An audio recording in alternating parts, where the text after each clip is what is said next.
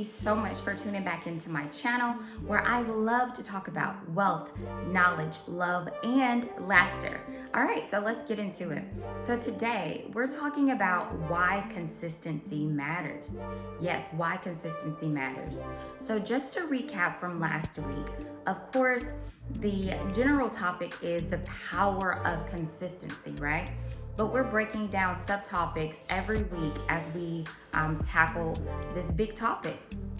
So last week, we talked about the power of consistency and how it's so important to make sure that we remain consistent because Jesus Christ himself was very consistent. I also shared how I believe that consistency has the ability to rid us of depression. It has the ability to heal us. And just speaking from that viewpoint, that's from experience. That is from experience. A few years ago, I started this health healing journey, okay? And just really became really self-aware about some things that I had been dealing with for years. And I started going back to some of the basics of things that I would do as a teenager, such as journaling. And in that process, what I realized is my consistency helped me to heal through so many things that I didn't even know that I was really struggling with, or I wasn't really aware of it. I knew it was something that was challenging for me, and in the emotional aspect, and just my self-image overall. But I didn't really understand the depth of it until I started to self-heal and became self-aware, right? And so today we're going to talk about why consistency is why consistency matters. For one, consistency is the driving force to us accomplishing success, to us accomplishing our goals, right?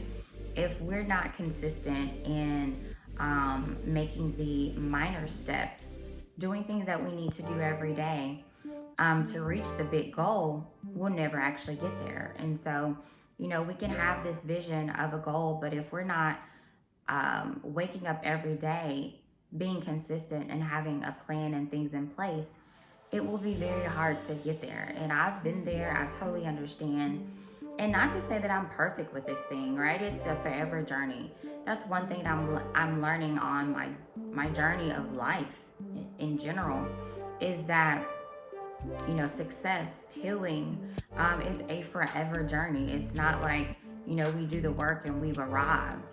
We have to continue to work on things, and really, you don't really know what all you need to work on until you just really sit down and become very self-aware. Because so many things can transpire, as we're children, and then we're dealing with things as an adult that we don't even realize are affecting us because of certain, sequences of things that happen as a child. And so you just have to get to a place in your mind to where you just say, I'm healed and I'm healing. That's one thing that I say. I'm healed, but I am still yet healing because this is a progressive thing, right? One of my mentors, rest his soul, Bob Proctor, said that success is a progressive, worthy ideal. I'm going to say that again. Success is a progressive, worthy ideal. And when I first heard that, that's the first time I'd ever heard success explained in that matter. Because like I mentioned, in my mind beforehand, I'm thinking, if I get the degree, if I get the career, if I start making the money that I want to make, if my family is looking the way that I want it to look, and we're doing things that we want to do as a family, children are well, etc., that I've reached a point of success. But really, like I said before, it's not a point that we reach. Success is a progressive, worthy ideal.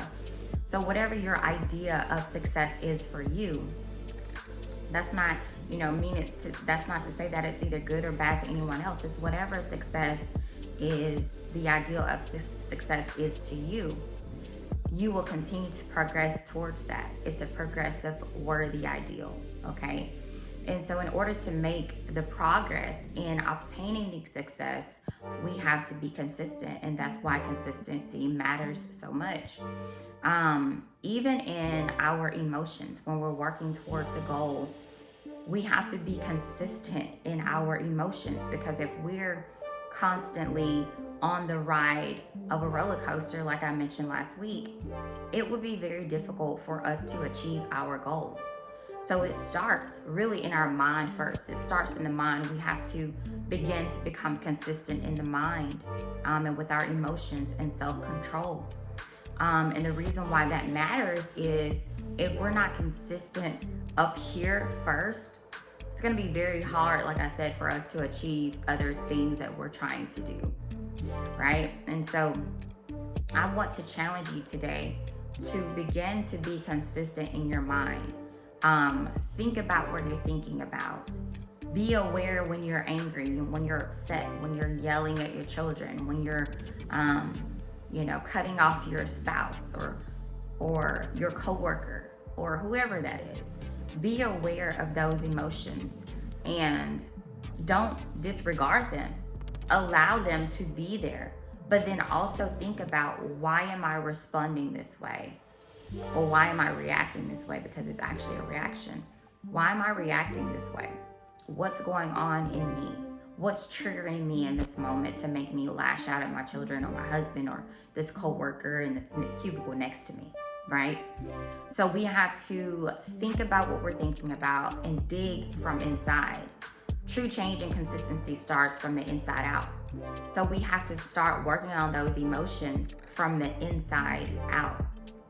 Okay, so consistency matters in that aspect, is because, like I said, if we're not consistent in our emotions and self-control and responding and not reacting, it's going to be very hard for us to get to the goal, right? Secondly, I believe consistency matters because if we're able to exude consistency to the world around us, it can in turn affect our children. It can affect our household as everyone that's there. It can affect even people on our jobs. It can affect people that we don't even know yet. And just your life of consistency and how you show up each and every day, being a walker of Christ, right? Being a mother or whatever that is, being a student, being a friend, however you show up in the world, your consistency in that affects other people. Like I mentioned last week, I didn't even realize that my consistency was affecting different people that are in my circle until they started talking about it. Like, man, you're just so consistent. And I'm like, I'm just doing this because I know that it helps me. My goal to be consistent is not to show off. It actually helps and it actually heals me. My consistency has healed me from depression. It's healed me from depression, and it's healed me from a lot of childhood trauma that I'm still working on, right? Because success is a progressive or the ideal. We're always on that road of achievement. And so I just hope that this message today has helped you in some shape, form, or fashion. And I hope and pray that the messages that I continue to bring you guys about consistency will start to show up in your own life. Maybe you can start journaling today like I did. If you feel like you're dealing with some things you don't really know how to overcome them, start journaling and just start being consistent in that one thing. And I can promise you from experience, that is going to change your life. It's going to start the change in your life. And so just start, get a journal. If you don't have one, go buy a journal, and start journaling every day. Just writing your feelings down, without any filters. Just write down exactly how you feel in that moment. And start to do that every day and just journal it and get your thoughts out on paper and start being consistent in that area. So that's my homework for you, is to get a journal and start journaling consistently every day, whether it's morning, afternoon, night, I don't care. Just start somewhere. All right. So, listen, this has been great, and I'm looking forward to talking with you guys next week again about the power of consistency. Thank you so much for tuning into my channel, and have a great day.